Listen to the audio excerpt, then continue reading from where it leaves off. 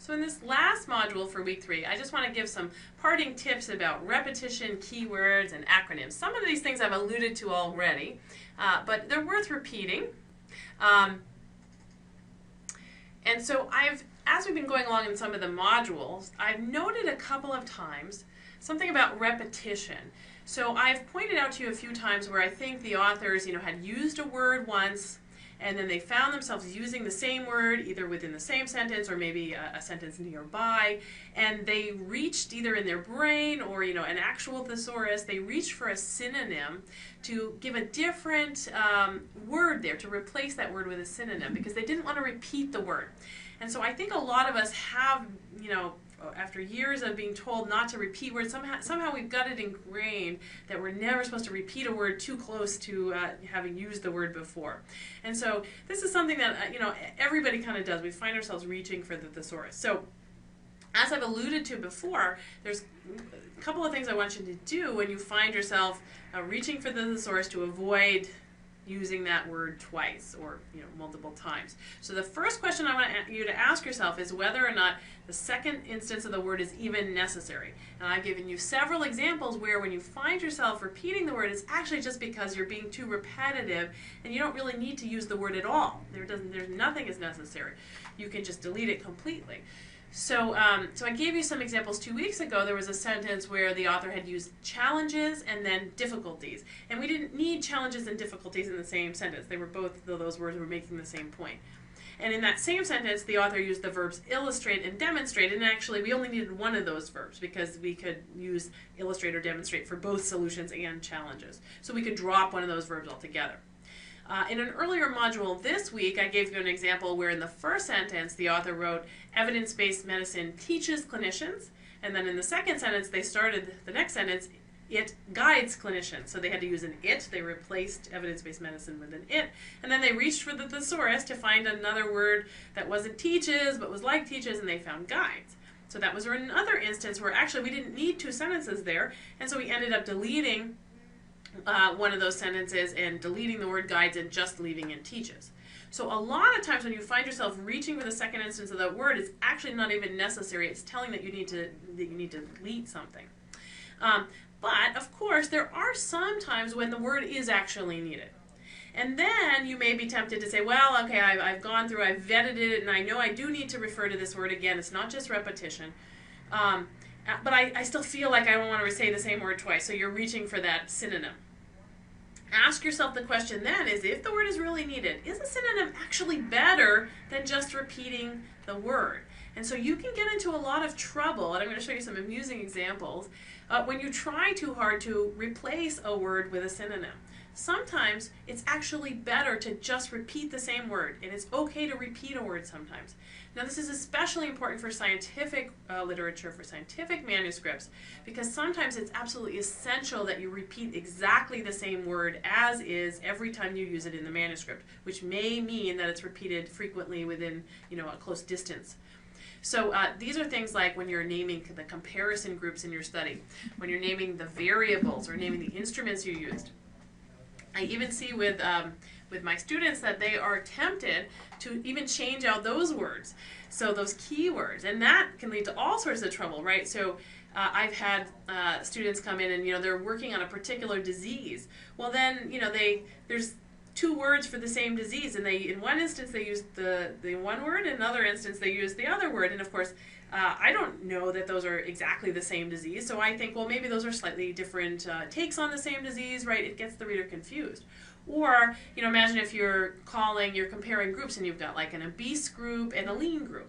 And in one case you call it the obese group versus the lean group, but then later on you say, well, I already used those terms, so I'm going to call it the heavier group versus the lighter group. Well, that's problematic, because now as the reader I'm going to myself, oh, is that a new group? Have you redefined the groups? Have you rejiggered the categories? I think that you're talking about a whole different group. So it's absolutely essential in scientific writing that you be consistent in how you name those keywords. So again, I just want to repeat to you that it's okay to repeat a word. Sometimes it's necessary to repeat a word, and sometimes it's actually better to repeat that word than to reach for the awkward synonym. And there's some fun examples that I just have to share with you about needless synonyms.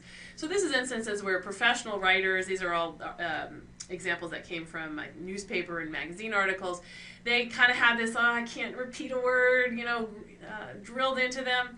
And so they went to find a synonym to simple words and came up with these kind of very amusing synonyms. So I have to share some of these with you. These examples, by the way, were compiled in an article in Time, and I have the reference down there if you want to read further and find some more of these examples. Probably the most famous example of this is there was an article that somebody was writing about a fruit company. And they used the word banana several times because, of course, not surprisingly, since it was an article about fruit. And they felt like, oh, I've used the word banana too many times. And so at one point, 3 or 4 bananas into the piece, they started referring to the banana as the elongated yellow fruit. And you can see that that's just kind of ridiculous. It's probably just better to say banana. I've got several other cute examples of this. So there was a piece in a newspaper where the author was talking about a beaver, and the author replaced beaver on a second or third reference with the furry paddle-tailed mammal. Another article, mustache, was replaced with under-nose hair crops. Another article, milk from a cow, was referred to as the vitamin-laden liquid from a bovine milk factory. So you can see these just, they're really funny because the author's just trying too hard. Just go with the simple word. And then finally, there was an example where somebody replaced the word skis, and they'd used skis already, so they didn't want to repeat, so they replaced skis with the beatified barrel staves. So you can see how quite amusing it is when you're trying too hard to come up with synonyms. It would have been better just in all those cases to stick with the simple word.